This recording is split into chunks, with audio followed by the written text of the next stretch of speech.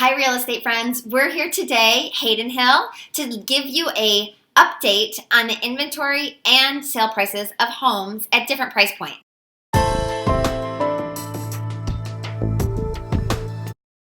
So, if you're buying a house between $100,000 and $200,000, do you think that the inventory is up or down?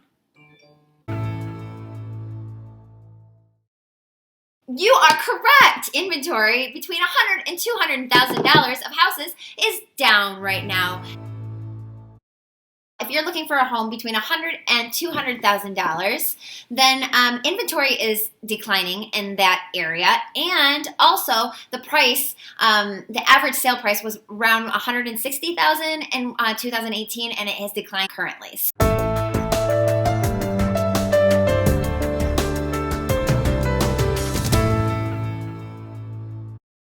You're looking for a house between $200,000 and $318,000. The inventory has actually increased, but the sale price has decreased. The inventory is up.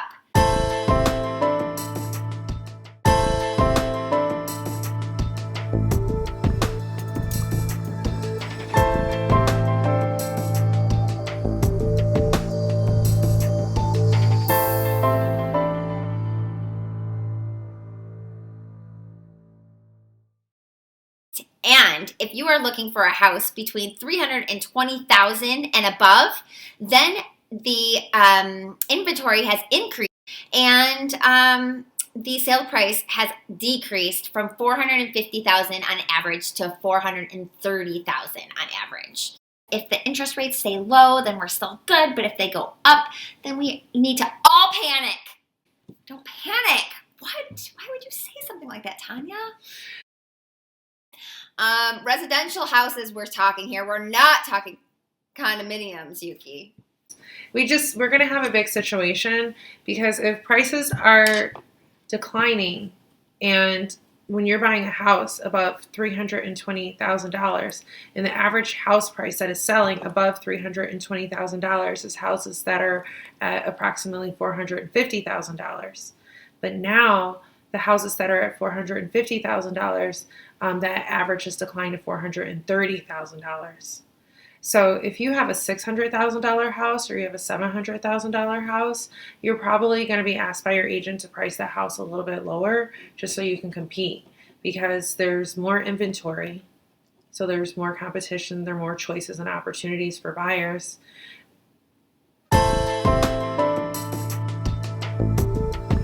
So that's an inverse relationship if you are a scientist, which means that one of your variables is increasing and the other is decreasing.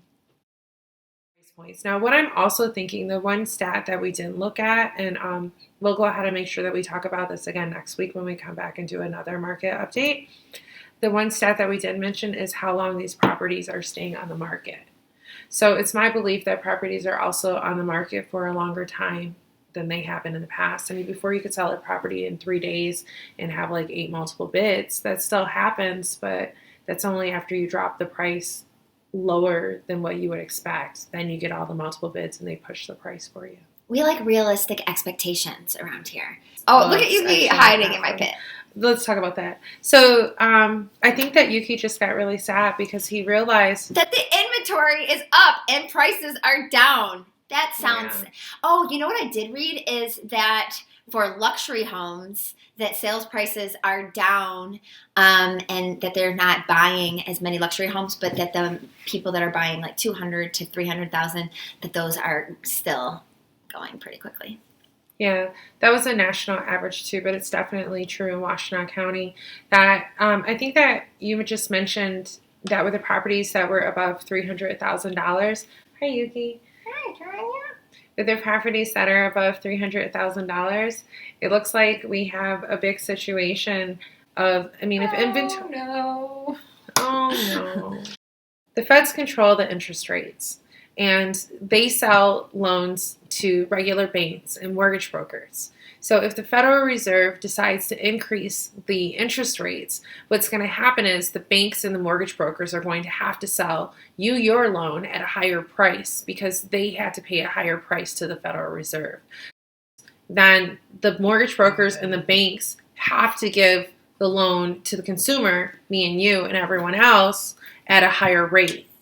So if the Federal Reserve increases the interest rates, then that variable doesn't change. The only variable that in property taxes don't change either.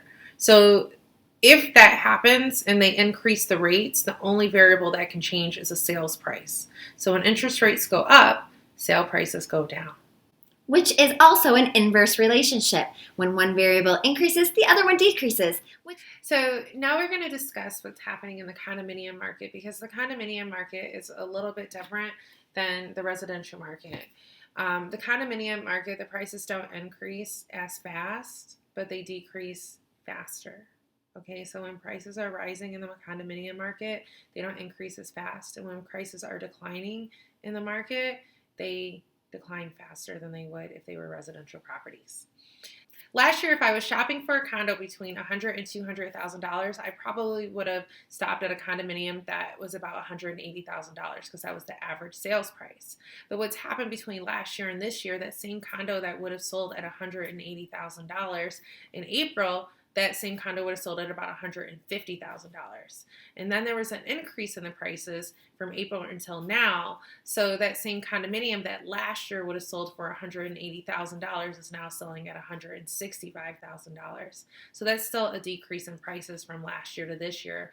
And more importantly, the inventory in this category has also increased. So the inventory has increased by 10%.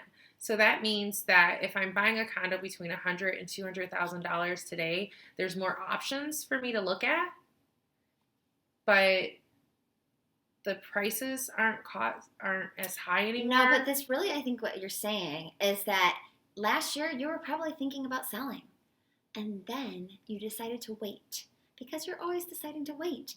And the thing is that the market's always changing.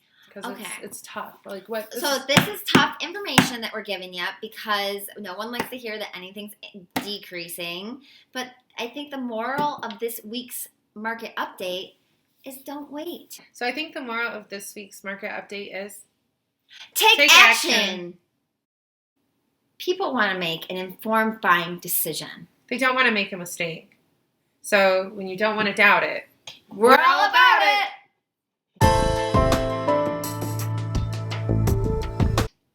And when you're at $200,000 to $320,000, what we're noticing is that those are holding steady a little bit better. You're probably, if you're going to shop between $200,000 and $300,000, you're probably going to spend about $230,000 and $240,000 this year. The average price increase for condos between $200,000 and $320,000 this year was 2.1%. The average price percentage increase for this area, it's closer to 6%, and in some areas the average price increase goes up to 12%. So if condominiums are only increasing at about 2%, that's a lessened price percentage increase annually. Now, the inventory has also increased. Since the inventory has increased so much, it's really causing the price increases to lag. Does that make sense, Karen? I mean, it is so clear. I feel like I'm looking through crystal. It means that if you're selling, you're going to get a lower price. But if you're buying, it's a great time. Do it! Karen, let me be clear here. Are you saying that this is with residential property, not condominiums, correct? Residential and condominiums. Call us now. Well, getting is good. And if you want to move in the winter, that's fine. Just invite us over right now to take pictures, because then we can get fall photos with the pretty leaves, and we can put it in your listing, even if it's a winter listing. Or if it's a summer listing, we can have a picture of a winter. Just invite us over. We just want coffee or tea. I'll bring it. Right? I'll bring Yuki if you like dogs.